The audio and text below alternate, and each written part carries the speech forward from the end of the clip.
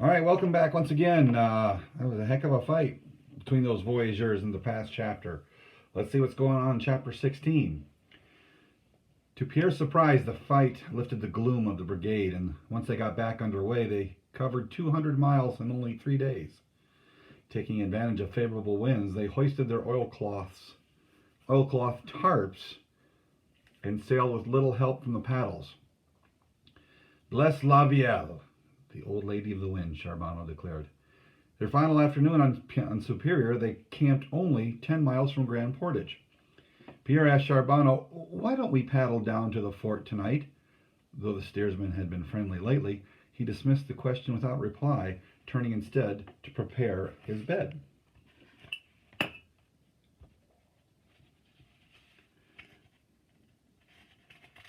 So they're getting very close to Grand Portage,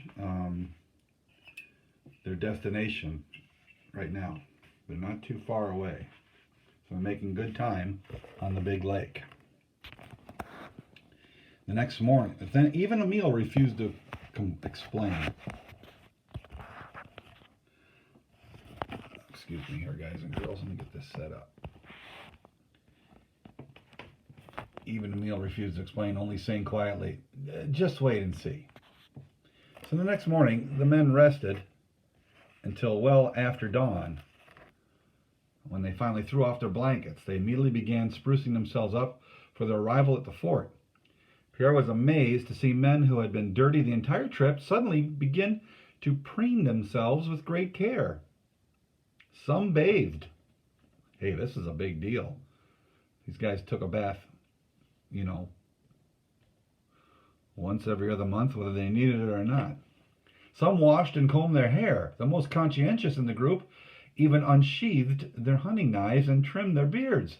The men pulled bright sashes and capots out of their packs and donned them with the deliberation of priests dressing in vestments. Bellois hadn't ventured to rinse out so much as a handkerchief in any of the Sunday rest stops, yet he declared this morning his wash day. Before the sun was even full in the sky, the crude fellow stripped off his clothes and waded into the lake. He thrashed his shirts and pants and handkerchiefs around in the icy water, gave them a hasty wringing out, and spread them on the rocks to dry. Except for the dirty cap, which remained perched on his head, Bellois ate breakfast naked. No one seemed to notice or care. Only Mr. McKay bothered to joke, "Trying out a new summer uniform, Jean?" Once breakfast was over, the men still showed no sign of leaving. So Pierre decided to go for a swim. He walked over to the rock ledge that had a deep drop-off. Peeling off his clothes, Pierre took a short run and leaped feet first into Lake Superior. The cold stopped his breath, but Emile and Larcoq, who were standing nearby, cheered his performance. Pierre climbed out, chilled to the bone but refreshed. They left at mid-morning, and it felt good to be back in the canoe and paddling at a stroke a second pace. Bellois took up a chanson, and the others, out of pity for his croaky voice, joined in. When they rounded Hat Point, Pierre finally saw the fort. He couldn't believe how simple the rude stockade was. Grand Portage was better known in the banking houses and royal courts of Europe than any other place in the Northwest Territory. His father spoke so reverently of the fort that Pierre imagined a castle. Yet here it was, a lot of pointed logs stuck in the ground with wigwams and tents scattered around it. Grand Portage was home to 1,000 Ojibwe Indians who built canoes and supplied meat for the company. He also knew it was the rendezvous point for every trader headed west, yet the place looked deserted. There were only a handful of men between the stockade and the beach. Just then La Petite called to Charbonneau. "How about a race to see who unloads?" Pierre groaned. He was sick of the teasing and sick of having to do everyone's work when they lost. He hadn't counted the races they'd lost at campsite and carrying places, but he thought there must have been hundreds. Pierre knew his crew's losses were his fault, and he was convinced a stronger paddler would surely have made the difference. Fall to, La Petite yelled. Shouts went up from the canoes, and the men on shore began calling out encouragement. 3 canoes pulled ahead, but Charbonneau's craft held the 4th position until they were only 100 yards offshore. Just then, when Pierre decided they had a chance, the trailing canoe surged past. Knowing they lost, Charbonneau's crew shipped their paddles and coasted to shore.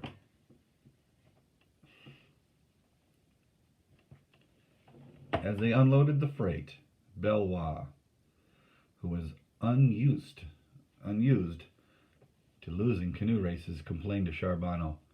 I don't like the idea of having to carry all these packs just because you got a bunch of milksops in your crew.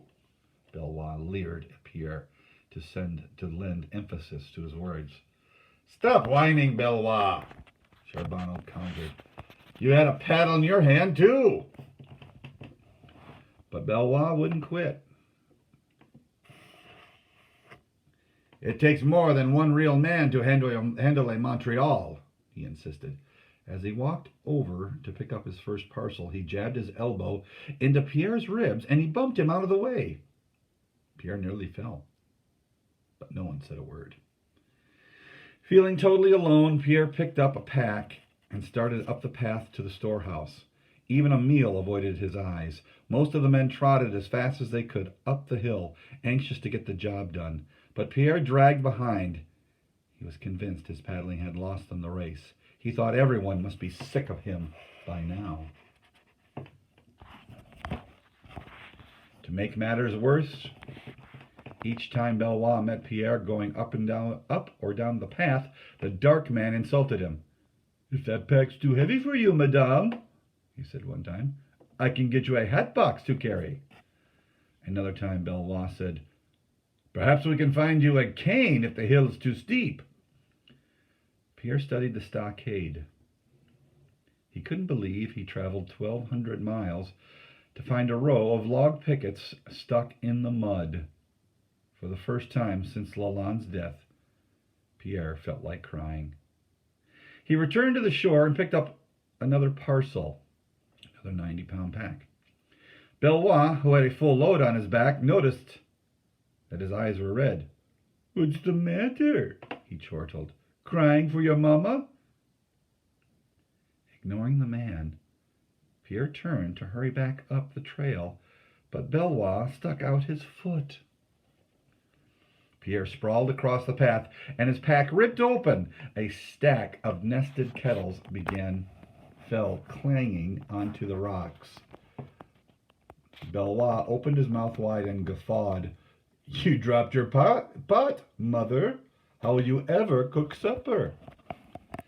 Seized by sudden rage, Pierre stood and swung his fist at Belvoir. My name is Pierre, he yelled, punching Belvoir square in the stomach. The blow knocked the wind out of the bowman. He stumbled and he lost his footing on the slippery rocks. Then, with his arms wheeling wildly, he pitched backward into the lake. Ah! Belvoir bellowed. A column of water flew up. The men began to laugh. Belvoir's feet were still on the shore, but the weight of his packs pulled his chest half underwater. He splashed his arms. Help me, you idiots! Help! Lie still and we'll try, Charbonneau offered, stepping forward. You might consider a please, too, Emile added. Belvoir bellowed. Idiots! But calmed himself when he almost tipped over onto his face. When Charbonneau and Emile finally pulled him out of the water, he shed his soggy pack and he walked straight for Pierre. Pierre felt like bolting for the fort, but he held his ground. With a weird grin, Belvoir flexed his fingers. Pierre imagined a huge knobby fist flashing toward him. Belvoir grabbed Pierre's right hand and pried it open. Just checking to see if you have a musket ball hidden in there. You packed quite a wallop in that fist, Pierre. Then there was more laughter, and the hauling was suddenly easier to bear. Pierre grabbed the nearest parcel, grateful to have escaped with his life, and proud that, even though it had taken 6 weeks of hard paddling, Belvoir had finally called him by his rightful name. Okay, so, wow, this is one heck of a chapter here. Pierre finally sticks up for himself. Will things start to change for him? Will people treat him differently? We shall see.